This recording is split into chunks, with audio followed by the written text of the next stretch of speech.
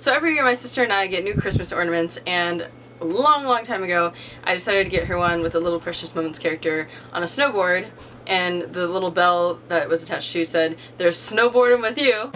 Hello everyone!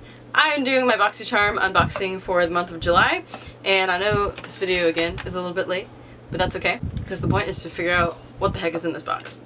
So the theme this month, if I can find my paper that is in my hand, is cutie pie. And I know there are a lot of pictures on Instagram of people like doing a picnic setup, and it was just really cute. Boxycharm just, you know, what's the word?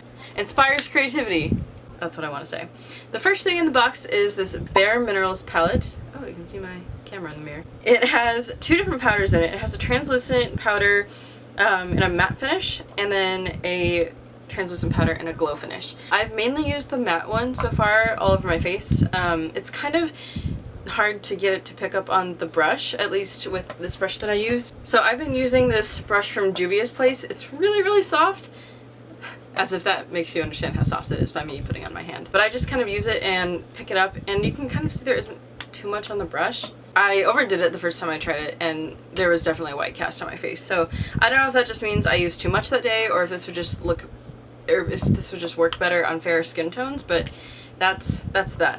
The glow side I haven't used too much because I don't really know what I want to glow that subtly all over my face, because when I go for highlight I usually go for a bolder highlight. Oh, and the bareMinerals palette is worth $32. It is the Invisible Light Translucent Powder Duo. The next item in the box is this Universal Brow Pencil, which came in a good time because my Anastasia brow definer in medium brown just ran out. So this is the color. It's kind of like an ashy, I would say most likely cool tone brown. It has a little like teardrop shaped tip, so it's kind of like the brow definer, which is a triangle tip. And on the other end it has a spoolie, just to brush the product through your hair. I really like this for my eyebrows because I have brown hair. I don't know how this would go on someone with hair like that's a rich black or a very light blonde. I don't know how universal this really is. So I don't know how many people found success with that, but this is worth $12 and it's by Winky, but I really like it.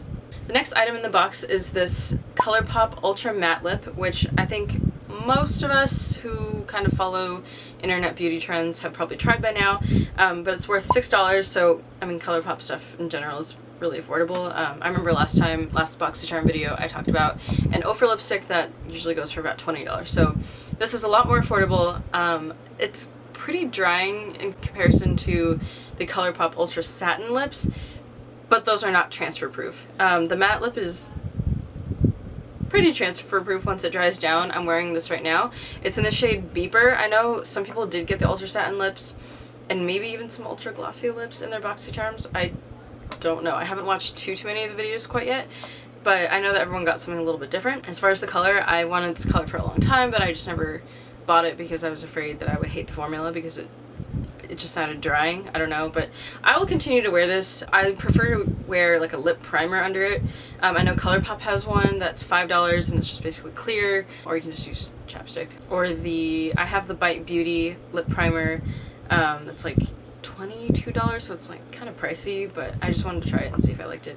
Probably won't repurchase. That'll be another video. Yeah, overall this is a good product if you like the really matte look and you don't want it to be transferring onto surfaces. The next product is really exciting because this is an Electric Eyes palette by Blinc, and it was a collaboration with Boxycharm, I believe. On the back it says an electric combination of jewel tone eyeshadows.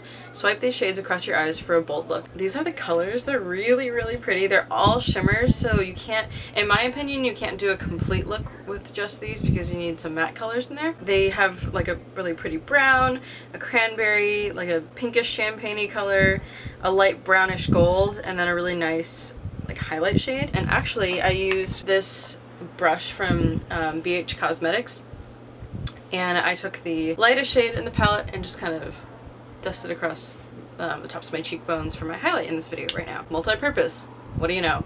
I would also use this as an inner corner highlight as well. But yeah, the formula on this is really good. It's really creamy, very pigmented. I don't know if I wouldn't pay $45 for this outside of Boxycharm. It only is you know, 5 shadows, and I don't really think $9 a shadow is reasonable. I think the most I've ever paid for a single shadow is $6, and that's from Makeup Geek. But overall, I'm so glad that this was in the box. I think this is so pretty, and I really like getting new eyeshadow palettes, even though I don't need any more. So the last product is this Project Beauty Spray Set Go Makeup Setting Spray. It says after applying makeup, mist lightly, holding the bottle 8 to 10 inches away from the face.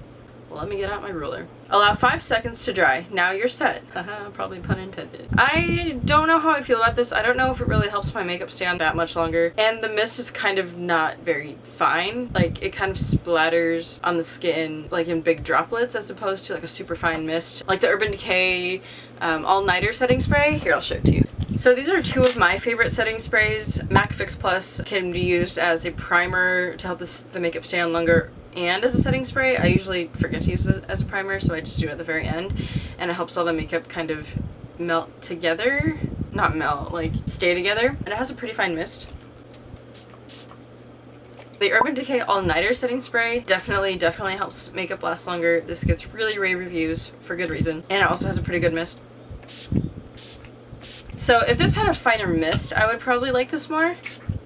Okay, now of course it looks good now that I'm trying to show you. It's not my favorite setting spray I've ever used so far, but as I keep using it, opinion may change. I don't know. So the setting spray, according to the little card that came in the box, is worth $32 from my Project Beauty. So I did the math, and everything in the Cutie Pie Boxycharm is worth $127, which is crazy. I think that might be one of the highest valued boxes that I've seen in a while, just based on what I've gotten and what I've seen on YouTube.